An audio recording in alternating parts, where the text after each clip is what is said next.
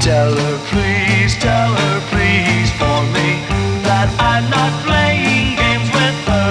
It's for very real, and it's about time she smartened up to the truth of it.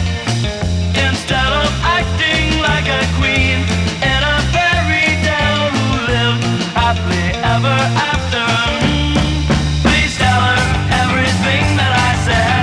Tell her I'm beginning to dread seeing her when she thinks it's a joke to be in love, but she will learn not to laugh at love, but rather live on love. By then her love for me will surely die.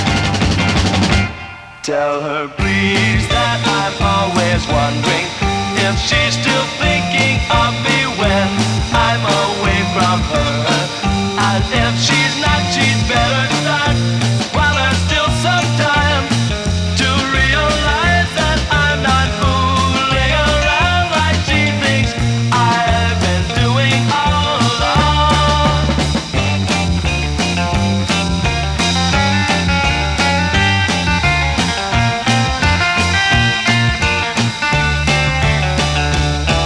Please tell her everything that I said.